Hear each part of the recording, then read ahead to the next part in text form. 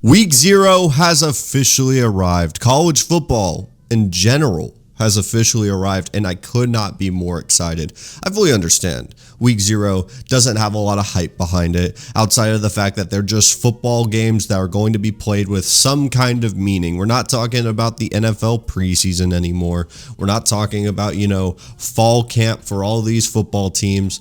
We actually get to see some stakes on the line with the 11th best team in the nation, at least according to College Football 25 for what it's worth, is going to be playing Georgia Tech in Dublin, Ireland. Now, some fun facts around this is primarily outside of last year, where I believe it was Notre Dame versus Navy, and it was an absolute blowout where you had Sam Hartman just absolutely shred that defense in Dublin. There was actually a trend where this game had a lot of close games and a lot of one-score wins. There was some sloppy football to be played.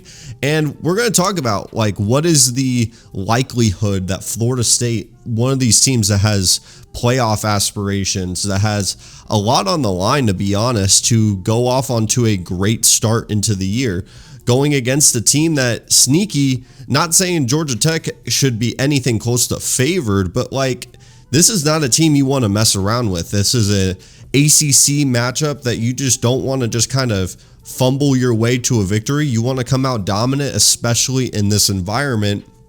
And I'm very curious to see what Georgia Tech is going to pull out. But before we get into the game preview and what to look for, some of the key matchups around it, let's talk about Rush the Field, the channel you just clicked on, the logo you see in the top left. I have a goal. Like Nick Fury said, there was an idea, and the idea I had was I wanted to build a channel to one day become something, and that something is a guy that just wants to talk football with a community. And all I'll ever ask of you is to just give me another opportunity. You clicked on this video, you got to this point, you're hearing me ramble about it. Just give me an opportunity, whether that's a like, comment, subscribe. I want to hit 1,000 subs by the end of the year. Any action, anything you can give me, whether it's feedback, it could be negative. I just want to improve. That's all I'll ever ask, is to talk football and give me another opportunity. But we can go ahead and dive into the preview for the best game of week 0. The first thing I want to highlight is not like a matchup, because I could sit here and tell you, hey, I think the front seven, whoever's going to win the trenches, ends up winning this football game. And it's a boring thing to say. And yes, it does apply here, but let me elaborate a little bit further. When we talk about Georgia Tech's offense, this is an offensive-minded team. Objectively, we talk about Haynes King. Haynes King goes from Texas A&M to a more modern offense with Georgia Tech and puts up some incredible numbers. We're talking about 3,700 total yards, I think 37 touchdowns total.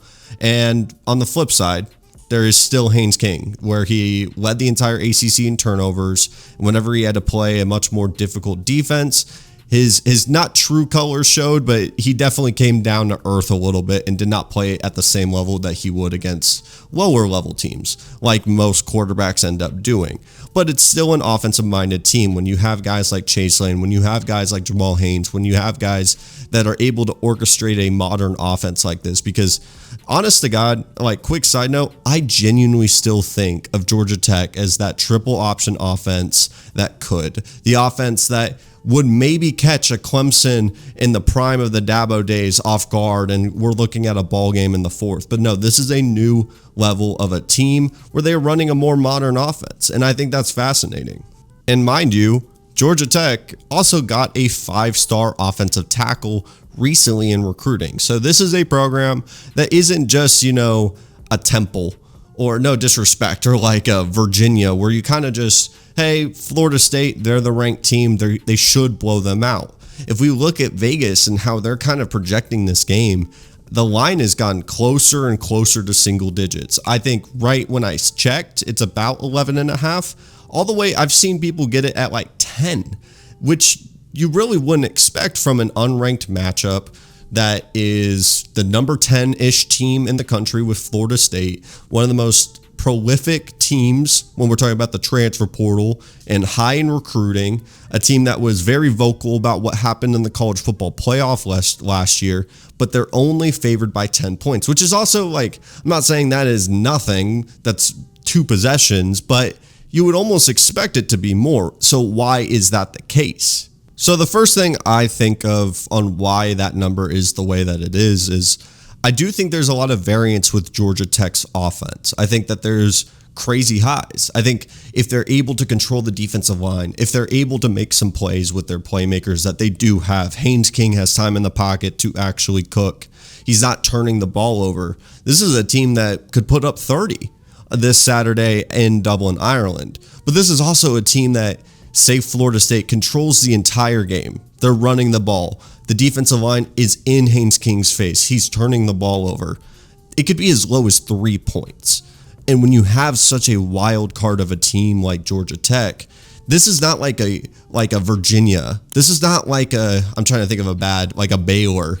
This is not like a bad Power 4 team. This is a pretty good, pretty average defense to bad defense. Let me be clear. It's a bad defense. That was their calling card, was offense. So an above average to great offense that could put up some points against a defense that, yes, has a lot of talented guys, we think, but we've seen time and time again the transfer portal has a ton of variance on how players perform, especially earlier in the season.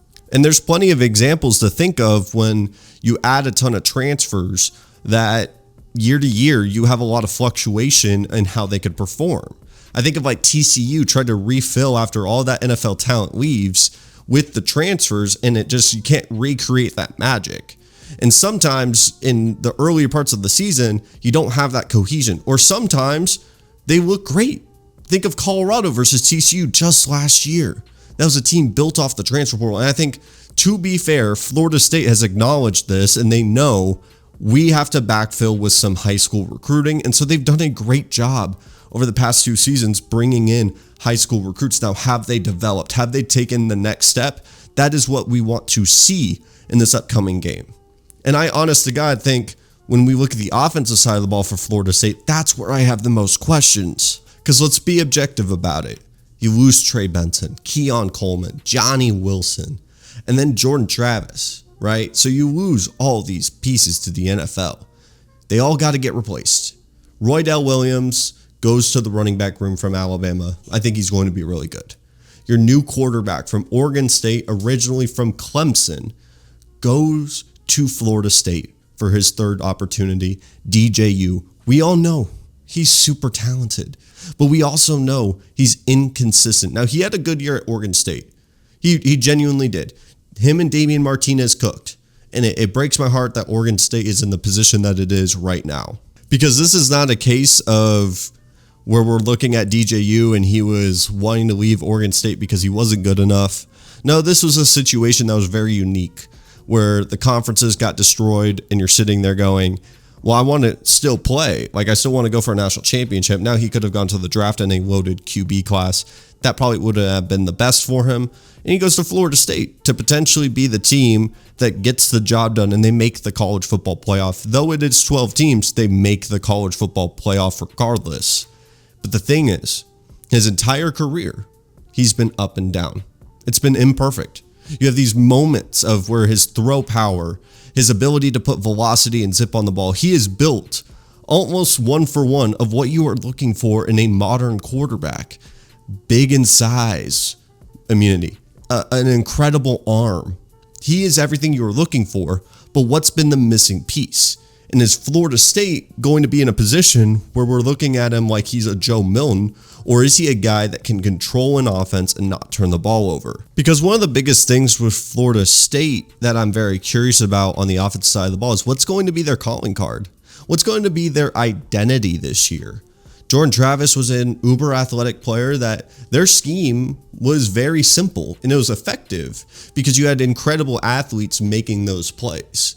But when you change all those athletes and you have a lot more variables around it, what is that going to look like? And I understand I'm going into maybe the scope of what they are for the entire season, but when we're talking in the matchup of Georgia Tech does not have a good defense. They bring in Tyler Santucci from Duke, originally going from Texas A&M. You see more connections to Texas A&M to Georgia Tech. Shout out Haynes King, shout out Chase Lane. But you bring in a new defensive coordinator, former linebackers coach, former co-defensive coordinator to my understanding. And maybe he's able to get some juice into this defense that clearly was a weakness for Georgia Tech.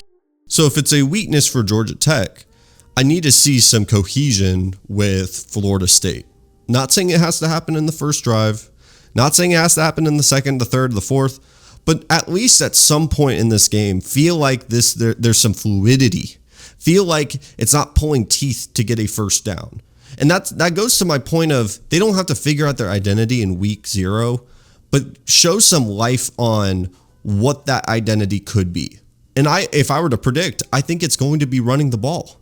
I think Florida State is going to be a run-first team this year. And is that enough to be a control-the-clock type of team? Kind of think of a Michigan Light where the defense is really good. The defensive line is a problem. It's really hard to score points because not only do they kind of stop you from scoring, they score in a painful 12-play drive that wears out your defense, and they basically control the clock and not turn the ball over.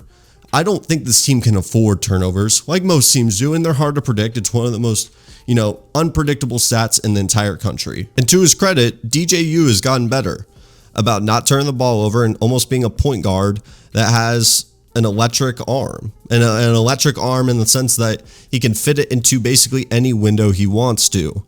So let's take a step back. We've talked about the matchups. We've talked about the offenses, the defenses. What are the key players that you need to know about? We know Florida State's defense is going to be really good. We don't know what the identity of their offense will be. We know the identity of Georgia Tech and how their floor and ceiling is really, really large. And then the defense, I think at best is going to be average, but maybe they step up in this game. It's going to be in Dublin, Ireland. The spread is only about 10. So what's the prediction? What is the actual prediction that we're going to stand 10 toes down on and say leading up to this Saturday? And I've tried to convince myself day in and day out as I've led up to this game, as I decided to make a preview for it. I'm not trying to sit here and make a prediction just to make a prediction. So I look back and I say, I told you so. I want to actually put some thought and see if my process is right. Maybe I get the game script more correct than I do the results. That's what would matter to me. And I think when I talk about Georgia Tech, I almost try to convince myself. I try to see the avenue of an upset. What would that look like? I think this is going to be a close game. I don't think we're going to run into what happened last year, where it was a blowout, you turn the game off by the second quarter, hell, even the first. I think this is going to be a much closer game for about 2.5 quarters. But I just think the physicality that Florida State is going to play with, the motivation that this team is going to have because of what happened last year, they cannot afford, though it would be hilarious. It would be so funny. I hate to say it would be so funny after everything they've talked about this offseason, continuously being angry at the world for putting Alabama in front of them after they had gone undefeated in the following year. After kind of, ignoring the Orange Bowl with Georgia because so many players were out. The first game they play, they lose. But we are not here to make picks because they are funny. As much as I want to, deep down, it would be really funny to watch Malik Benson, DJU, Roydell Williams, and this entire crew not look good against the guy that I am rooting for in Haynes King. I'm always going to be rooting for Haynes King. I think I am not going to be one of those Texas A&M fans that are spiteful. I'm not going to be one of those guys that wish him to not do good because Jimbo Fisher played an incredibly outdated offense. But with that being said, I also got to be objective. Mind you, I'm just seeing on the screen, I pulled off a wild run with Haynes King. But that's not the point. The point being, I think Florida State wins this game. It's the boring pick. I hate it. I hate picking the favorite because it's literally a lose-lose situation of, well, if they win, duh, they were the easily the higher ranked team, the better team on paper. And if they lose, I look like an idiot. Versus like Georgia Tech, if I pick them, it's like, oh, well, I mean, you kind of are playing with house money. But I'm going to stick to my guns. I think that Georgia Tech, though they are probably going to keep this within range, within striking distance by the third quarter, I just don't think that they have the consistency on the offensive side of the ball to play a clean game for the entire game. And what I mean by that is, like, when you're not able to play a clean game, I think they're going to have more turnovers. I think they're not going to be as consistent on third down. I don't think they are going to consistently be able to put up points versus a team in Florida State that I expect to play relatively clean. I understand DJU has the narrative of, like, he's going to be turnover prone, and maybe that's the case. But I think a veteran quarterback like this, if this was DJU from Clemson, it'd be a lot more different. But I think this is a different quarterback than what we're used to. He's just going to be able to put the ball into playmakers' hands consistently enough to win the game. My final prediction is going to be 31-21 Florida State. And that is it, folks. Thank you so much for taking the time to watch today's video. Let me know if this is a style of video that you like. Let me know if this is something that I should do throughout the college football season. I cannot wait to watch some damn football. I'm not going to lie. I'm going to be a couch potato for a couple weeks. I'm so excited.